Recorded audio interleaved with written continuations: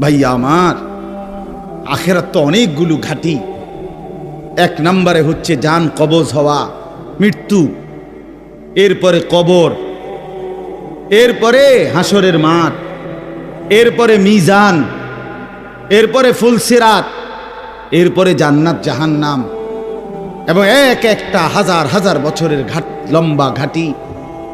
বন্ধু আমার, শুধুমাত্র কসম আল্লাহর, কোন ব্যক্তি যদি বেঈমান, কাফের, মুশরিক, নাফরমান, পাপী জিন্দেগি নিয়া মৃত্যু পর্যন্ত পৌঁছে, খোদার কসম শুধু মৃত্যুর যন্ত্রণা, শুধু জান কবজের যন্ত্রণা, আল্লাহর কসম এটুকুই সহ্য করার ক্ষমতা তার থাকবে না। এই জান কবজের যন্ত্রণার সামনে তার 60 বছরের দুনিয়া যা ভোগ করছিল, মজা করছিল, 1 সেকেন্ডে ভুলে যাবে। ইমানদার, আমি শুধু এই কথাটাই এখন শুনাইতে চাই। এই তর্জমাটা বললে আমার কথা শেষ।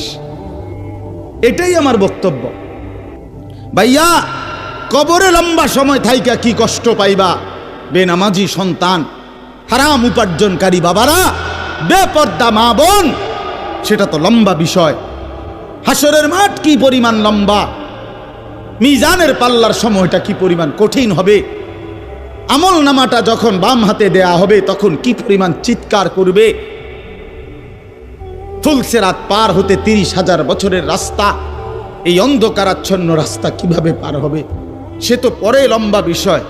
শুধু জান কবজের সময় মৃত্যুর, যেটাকে বলে রুহু কবজ হওয়া, মৃত্যুবরণ করা, এই কষ্টটাও তো সহ্য হইবে না। এই কষ্টটা তো সহ্য হবে। কোরআনুল কারীমের মধ্যে 4 জায়গায় আল্লাহ তাআলা মোট মৃত্যুর যন্ত্রণার কথা বলছেন। 1 নাম্বার, ওয়াজাআত সাকরাতুল মাউতি বিল হক যালিকা মা কুনতা মিনহু তাহিদ। রব্বুল আলামিন বলেন, বান্দা শুনে নাও, সত্য সত্যই মৃত্যুর যন্ত্রণা আসবে। সাকরাতুল মাউত বলে এটাকে। মৃত্যুর যন্ত্রণা মানে এই জান কবজের সময়, রুহু কবজের সময়ের যন্ত্রণা, মৃত্যুর সময়ের যন্ত্রণা। কোরআনুল কারীমের মধ্যে আল্লাহ বলেন, ওয়ালাউ তারা ইযিয যালিমুনা ফি গামারাতিল মাউত।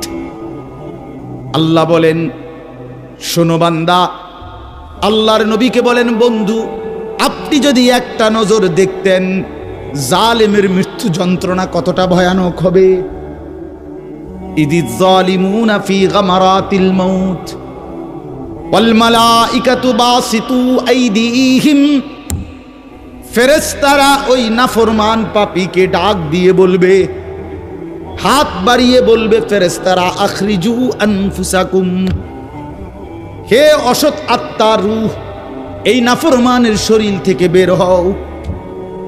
বের হতে চাইবে না, সারা দেহের মধ্যে নাফরমানের রূহ দৌড়াবে। মালাকুল মউত আজরাইল একটা টান দিয়ে যখন রূহটাকে ছিঁড়ে বের করবে, কলিজা থেকে বের করবে, একটা টানে কণ্ঠনালীর কাছে চলে আসবে। আল্লাহ বলেন, ফালাউলা ইদা বালাগাতিল হুলকুম, কণ্ঠনালীর কাছে যখন রূহটা চলে আসবে, নাফরমান তোর ক্ষমতা থাকলে এবার বাধা দাও না, দাও, বাধা দাও, থামাও তোরে। এ না তোমার বন্ধু, এ না তোমার বাপ, থামাও এরে, এ তো মরে যাচ্ছে, তারে ধরে রাখো, ধরে রাখো। পারা যাবে তো? কথা বলেন না কেন? আল ইয়াউমা তুজজাউনা আযাবাল হুন। আল্লাহর ফেরেশতারা জান কবজের মুহূর্তে, খোদার কসম আল্লাহ বলছে, জান কবজের সময় বলবে, মনে রাখিস না ফরমান, আজকে তোরে কবরে নিয়া চূড়ান্ত তোরে আযাব, শাস্তি ভোগ করাবো। তুই বুঝবি পীড়া কারে কয়।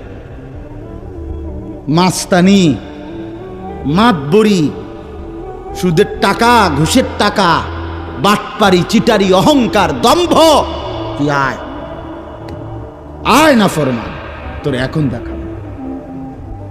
আল ইয়াউমা তুজজাউন, আজকে দেখাবো আযাবাল হুন, লাঞ্ছনা কর আযাব। আও কবরের প্রথম ঘন্টা, কবরের প্রথম ঘন্টাতেই তুমি বুঝবা আখিরাত কত কঠিন। রাসূলুল্লাহ সাল্লাল্লাহু আলাইহি ওয়াসাল্লাম বলেন, কবরে যেই নাফরমান প্রশ্নের জবাব দিতে পারবে না, তিনটি প্রশ্নের, তো আল্লাহ তাআলা বলবেন কাযাবা আবদি, ফেরেশতা আমার এই নাফরমান বান্দা মিথ্যা বলেছে। ফাআফরিশুহু মিনান নার ওয়ালবাসুহু মিনান নার, আমার নাফরমান বান্দার কবরে জাহান্নামের বিছানা বিছায় দাও, ওরে জাহান্নামের পোশাক দিয়ে আবৃত করে দাও। ওয়াফতাহু লাহু বাবান ইলান নার, জাহান্নাম বরাবর তার কবর থেকে দরজা খুলে দাও, কবর খুলে দাও। ওহো, আল্লাহর নবী সাল্লাল্লাহু আলাইহি ওয়াসাল্লাম বলেন, তখন কবর তারে, ফেরেশতা যখন তাকে রাইখা যাবে, কবর তারে ডান দিকের মাটি বাম দিকে একটা চাপ দিবে, বাম দিকের মাটি ডান দিকে চাপ দিবে। আল্লাহর কসম, নবী বলছে হাত্তা তাখতালিফা আদলাউহু, ডান পাশের হাড্ডি এবং এই পাজরের হাড্ডিগুলো করকর করে ভাঙ্গা বাম দিকে চলে যাবে, বাম দিকের গুলো ডান দিকে চলে যাবে। ভাইয়া আমার, তুমি তোমার উপরে রহম করো।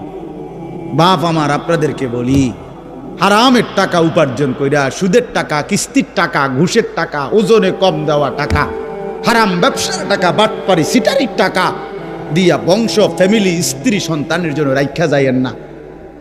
ওরা আমনে বরবাদ করবে, আপনি নিজেও বরবাদ হইলেন, ওরারও বরবাদ করলেন। শুধু শুধু শুধু শুধু আপনি মূল্য পৃথিবীতে কামাই রোজগারই থাকবে, আর পৃথিবীতে যেত রোজগার থাকবে আপনার ফুতেই কামাই করতে পারবো। আপনি হালাল ভাবে যে দূর পারেন করে দিয়েছে, বাকিটা আপনার ফুতে করবে। না পড়লে মরে যাবে, অসুবিধা কি? না খাইয়া যদি কেউ মরে যায়, তাহলে মৃত্যুবরণ করা তো বেজ্জুতি, ঠিক না? কথা বলেন না কেন? না না, বলেন বলেন। কেউ মরে যাওয়া এটা কি শরমের কথা নাকি? ভাই বলো, ছেলে বলো। আরে ছি ছি ছি ছি, ওটা মরে গেল, কেমন শরমের কথা এটা? এমন এটার কথা হইলো কোনো? তো মরলে কিছে? মনে করেন না খাইয়া মরেই গেছে, তো মরলে কিছে? মরণ কি শরমের কথা? তো বাপ দাদা 14 গোষ্ঠী মরছে, তো আমি মরলে সুবিধা কি? আহা, এজন্য বন্ধু আল্লাহ তাআলা বলছেন ওয়ালাউ তারা ইদিয যালিমুন, এই শোনেন বন্ধু, আপনি যদি একটা নজর দেখতেন, আমরা তাফসীর কিতাবে পড়ছি আত-তাযকিরা, ইমাম কুরতুবী রাহমাতুল্লাহর কিতাব আত-তাযকিরা ফি আহওয়ালিল মাউতা ফিল আখিরা, অনেক সুন্দর কিতাব, বাংলা অনুবাদ হয়েছে মৃত্যুর ওপারে। ইমাম কুরতুবীর খুব সুন্দর, অনুবাদটাও অসাধারণ। এই বইতে আছে ইব্রাহিম আলাইহিস সালাম একবার আজরাইলকে বলছিল, মালাকুল মউত আজরাইল, নাফরমানের জান কবজ করবার সময় তুমি যেই চেহারাটা হয় তোমার, ওটা আমার একটু দেখাও।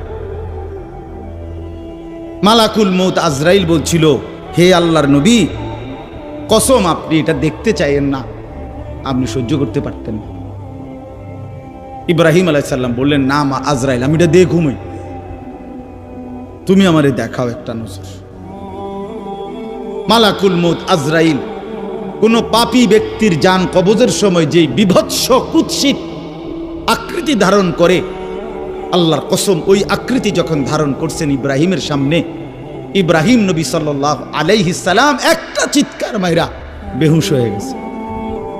লম্বা সময় পরে যখন হুঁশ আসছে, তো আমি নিজে পড়ছি কিতাবে, আরবি কিতাবে, ইব্রাহিম আলাইহিস সালাম আল্লাহকে বলছে, আল্লাহ আপনার জাতের কসম মাওলা, কোন নাফরমান পাপী তার কবরের আযাব, আখিরাতের আযাব, জাহান্নামের আযাব কিছুই লাগবে না, শুধু মালাকুল মউত আজরাইলের এই বিভৎস দৃশ্য যদি সে একবার দেখে, তো তার 60 বছরের নাফরমানির শাস্তির জন্য এটাই যথেষ্ট।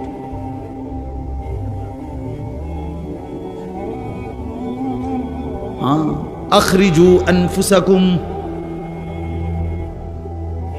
এখানেও আল্লাহ তাআলা এই কথাটা বলছে, ফালাউলা কাল্লা ইদা বালাগাতিত তারাকিয়া। আল্লাহ তাআলা বলেন, কখনোই না বান্দা, অর্থাৎ কোনোভাবেই থামাইতে পারবে না, ইদা বালাগাতিত তারাকিয়া, প্রাণ যখন, রূহ যখন কলিজা থেকে ছিঁড়ে ফেরেশতা মালাকুল মউত টান মারবে, যখন কণ্ঠনালীতে পৌঁছে যাবে, তখন আর কোনো নাফরমান, কোনো তওবা, কোনো ইস্তিগফার, কোনো চিৎকার, কোনো ঝাড়, কোনো ফুক, কোনো ডাক্তার, কোনো কবিরাজ, কোনো বৈদ্য, কোনো কিছু দিয়েই আর নিজেকে ফেরাইতে পারবে না। ইদা বালাগাতিত তারাকিয়া,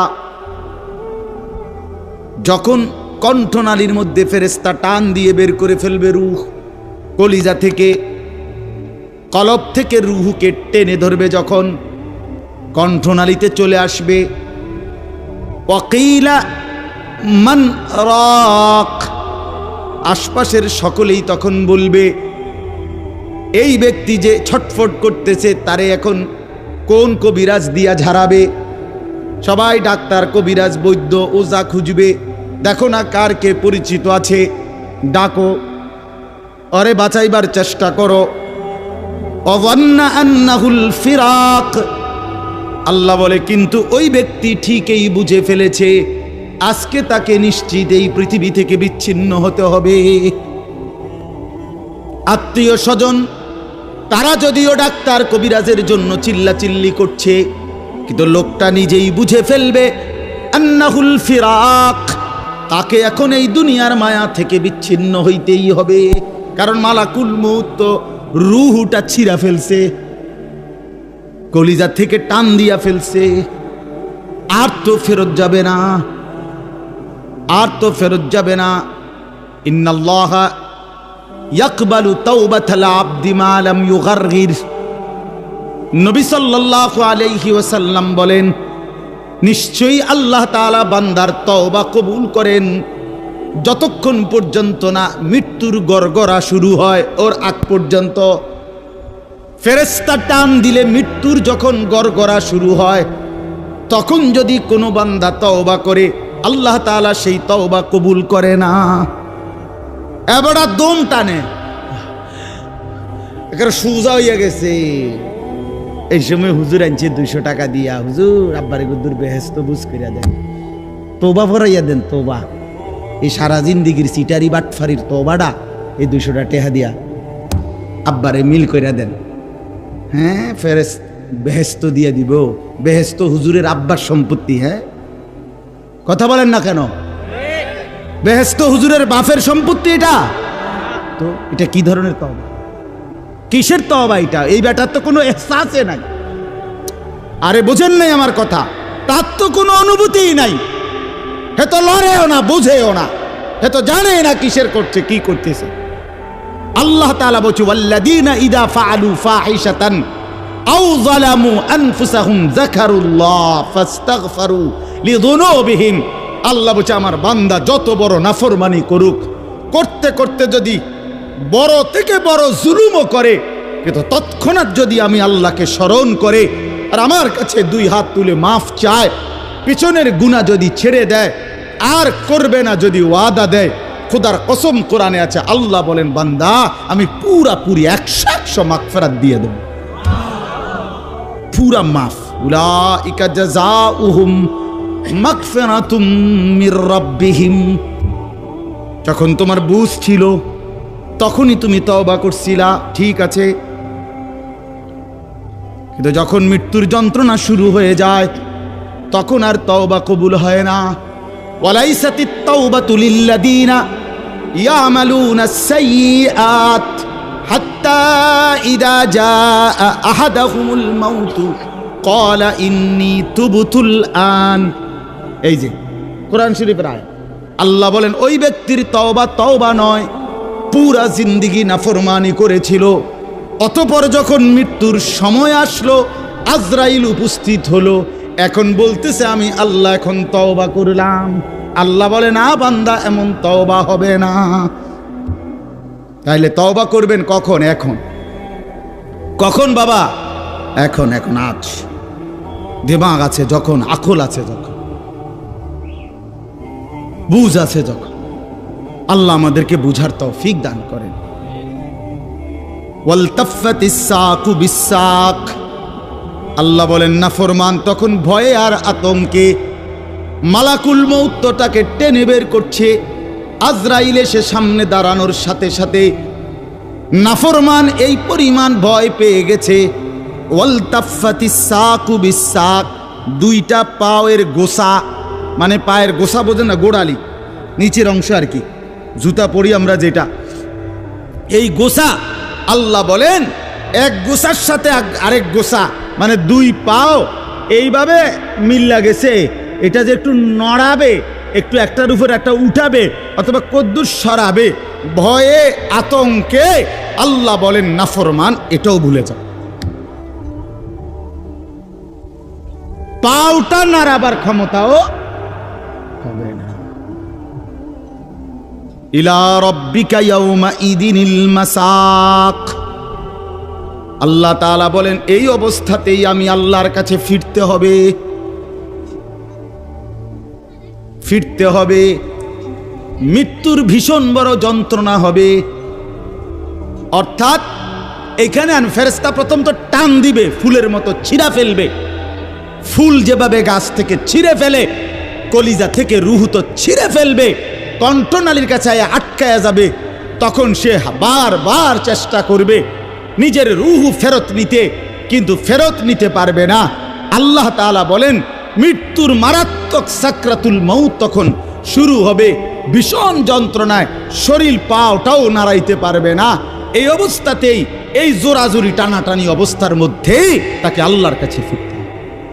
এবার আল্লাহ শেষ কথা বলে, এবার শুনো বান্দা, এই নাফরমানের মৃত্যু যন্ত্রণা এতটা ভয়ানক কেন হলো এই লোকটার? আল্লাহ তাআলা বলেন ফালা, ওই ভাই ছেলেরা শোনো, ভাই আবার শোনো, যাই ধমকাইছি খোদার কসম দুশ্মনী নিয়ে ধমকাই নাই, তোমার সাথে কোনো বিদ্বেষ নিয়ে ধমকাই নাই, কলিজা ভরা এটুকু ফিকির নিয়েই বলি যে এক ছেলে বদলে যাক, একটা নওজোয়ান বদলে যাক। সারা দিনের চিৎকার চেঁচামেচির দ্বারা, এই দিবানিশির এই বলার দ্বারা যদি একটি বাচ্চাও, একটা ছেলেও, একটা কিশোর, একটা যুবক, একটা তরুণ, একটি মুসলমানের মা মেয়ে যদি বদলায়, হতে পারে ওই একজনের উসিলায় আল্লাহ আমাদেরকে মাফ করে দিবে। এই আশায় ভাইয়া, এই আশায় যুবক ভাইয়া, তোমরা ইসলামের দিকে ফেরা দরকার, তোমরা আল্লাহর দিকে ফেরা দরকার। চারিদিকে সারা পৃথিবী জুড়ে সমস্ত ষড়যন্ত্র ইসলামের বিরুদ্ধে, মুসলমানের বিরুদ্ধে। তোমরা দেখছো ভাইয়া, গাজার মধ্যে মুসলমানের রক্তে ভাসতেছে, ফিলিস্তিনে মুসলমানের রক্তে ভাসছে, আজ আবার লেবাননে মুসলমানের রক্তে জমিন ভেসে গেছে। এত রক্ত প্রতিদিন মুসলমানের ঝরছে, এরপরও কেমনে নামাজ না পইরা থাকো? এরপরও কেমনে দুশ্মনের মতো চলাফেরা করো? কার মতো চুল সাজাইলা, কার মতো জামা পরলা, কার মতো নিজেকে পরিচয় দিলা? যেই বেঈমানদের সাথে তোমার চুল, জামা, শরীর, প্যান্ট, কথাবার্তা মিলাইছো, খোদার কসম ওরা তো প্রতিদিন মুসলমানের রক্তে জমিন ভাসায় দিচ্ছে, প্রতিদিন ভাসায় দিচ্ছে। এটা তো ভাবা উচিত, ভাবা উচিত। সারা দেশে, আমার এই ছোট্ট বাংলাদেশেও কি পরিমাণ ইসলাম এবং মুসলমানদের বিরুদ্ধে ষড়যন্ত্র। আমি গত আগস্ট মাসে উত্তরবঙ্গ ছিলাম, 40 দিন দাওয়াত তাবলীগের সফরে, আল্লাহর রাস্তায় মেহনতে 40 দিন এক চিল্লা সফরে ছিলাম। জুলাই মাসের 31 তারিখ থেকে সেপ্টেম্বরের 9 তারিখ পর্যন্ত। তো ওইখানে দেখছি আমি 10টা উপজেলায় অসংখ্য খ্রিস্টানদের গির্জা, যেখানে প্রতিদিন, কসম আল্লাহর, প্রতিদিন খ্রিস্টানরা, এই ইউরোপ থেকে আসা খ্রিস্ট ধর্মের অনুসারীরা, তারা আমাদের এই বাংলাদেশে, উত্তরবঙ্গে প্রতিদিন আমাদের সমাজে, মুসলমানের সমাজে খ্রিস্ট ধর্ম প্রচার করে 1-2 করে মুসলমানকে খ্রিস্টান বানাচ্ছে। আমি নিজ চোখে দেখছি, কমপক্ষে 50টা গির্জা দেখছি একটি জেলার মধ্যে। 40 দিন 26 জন সাথী দাওয়াত তাবলীগের নিসবতে রাত দিন আলহামদুলিল্লাহ আল্লাহ করাইছে, মেহনত করছে। 16 জন আলেম ছিল আমাদের জামাতে। 40 দিন পরে আলহামদুলিল্লাহ কাকরাইলে যখন আমরা এই দিনাজপুর এক জেলা থেকে জামাত বের হইছে, আল্লাহই করাইছেন, আল্লাহর দয়া। পরবর্তীতে আমাদের এই জামাত আমরা নিয়ে আসছি। 40 দিনের জন্য আবার বের হয়েছে শুধু দিনাজপুরের। আমরা যেটুকু অঞ্চলে মেহনত করছি ওই থেকে 950 মানুষ, 63টা জামাত। আলহামদুলিল্লাহ, আল্লাহ করাইছে, আল্লাহ করাইছে। তো এজন্য বললাম প্রতিনিয়ত আমাদের পার্বত্য চট্টগ্রামের হালাত খবর নেন, কি হচ্ছে।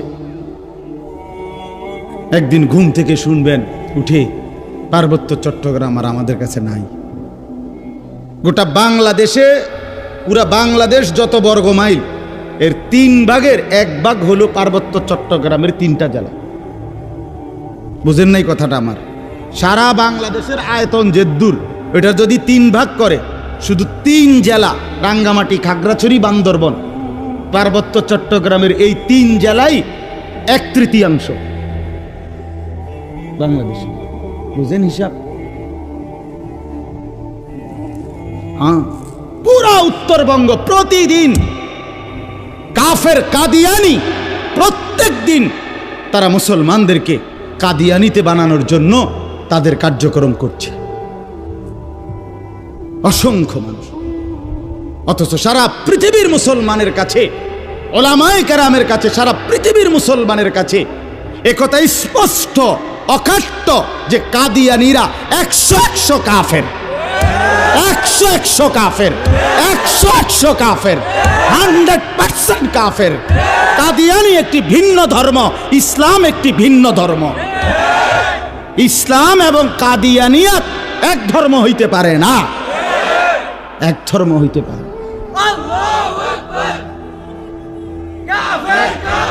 প্রকাশ্য কাফের,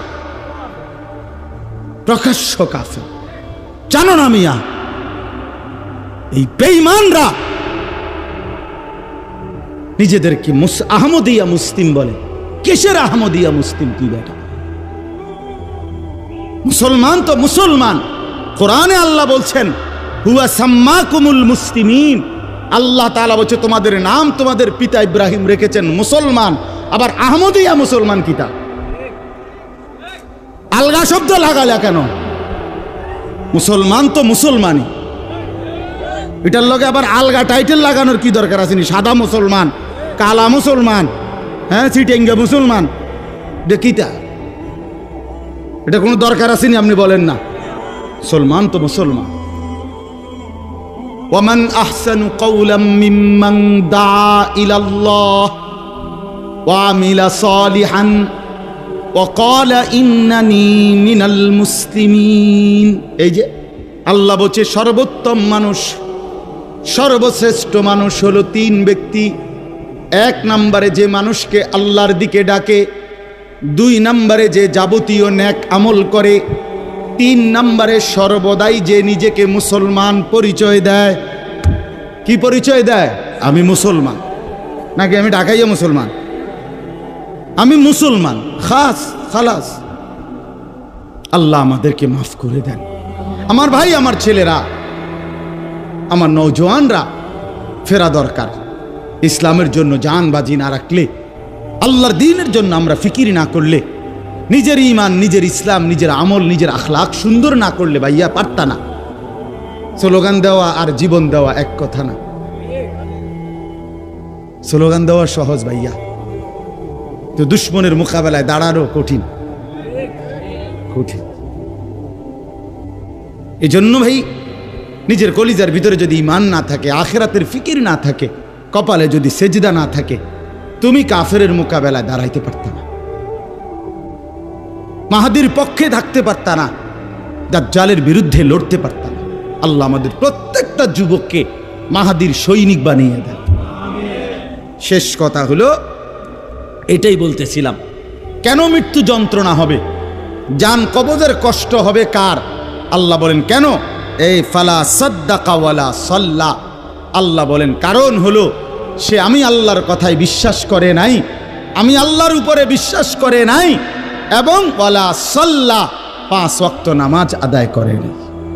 এজন্য ভাইয়া যার ঈমান নাই তার মৃত্যু যন্ত্রণা হবে, যার নামাজ নাই আল্লাহ বলছে সে ভীষণ কষ্ট পাবে মৃত্যুর সময়, আর বাকিটা তো আছে।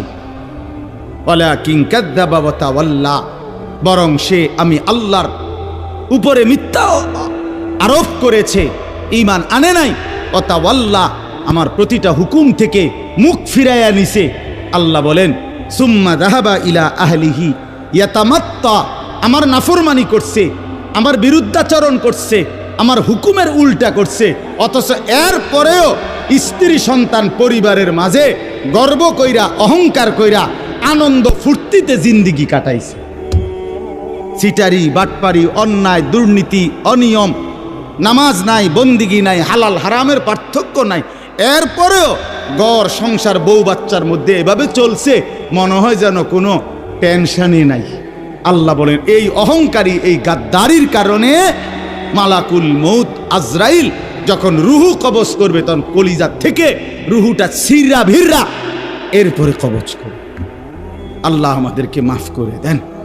আল্লাহ তাআলা শেষ বলেন, আমি যেটুকু পড়ছি, আউলা লাকা ফাআউলা সুম্মা আউলা লাকা ফাআউলা।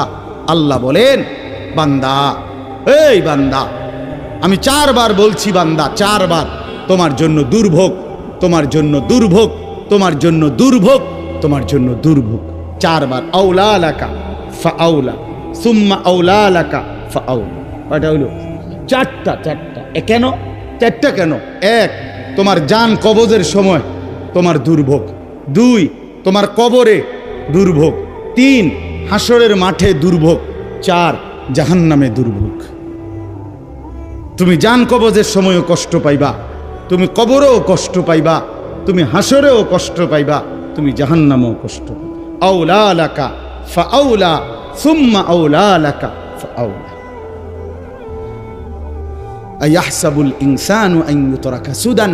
আল্লাহ তাআলা বলছে, মানুষ তুমি কি ভেবেছো আমি তোমাকে এমনি এমনি ছেড়ে দেব না? কি ভাবছ? এমনি এমনি অনর্থ, কোন উদ্দেশ্য ছাড়াই আমি তোমার এমনি বানাইছি না। বান্দা ফাহাসিবতুম আন্নামা খালাকনাকুম আবাসান।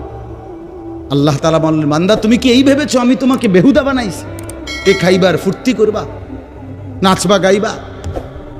না ভাইয়া, আল্লাহ তাআলা আমাদের প্রত্যেককে ঈমান দান করেন, তাকওয়া দান করেন, গুনাহ থেকে বাঁচবার মতো হিম্মত দান করেন। আল্লাহ তাআলা আমাদের প্রত্যেককে 5 ওয়াক্ত নামাজ জিন্দেগি সুন্দর করার তৌফিক দান করেন।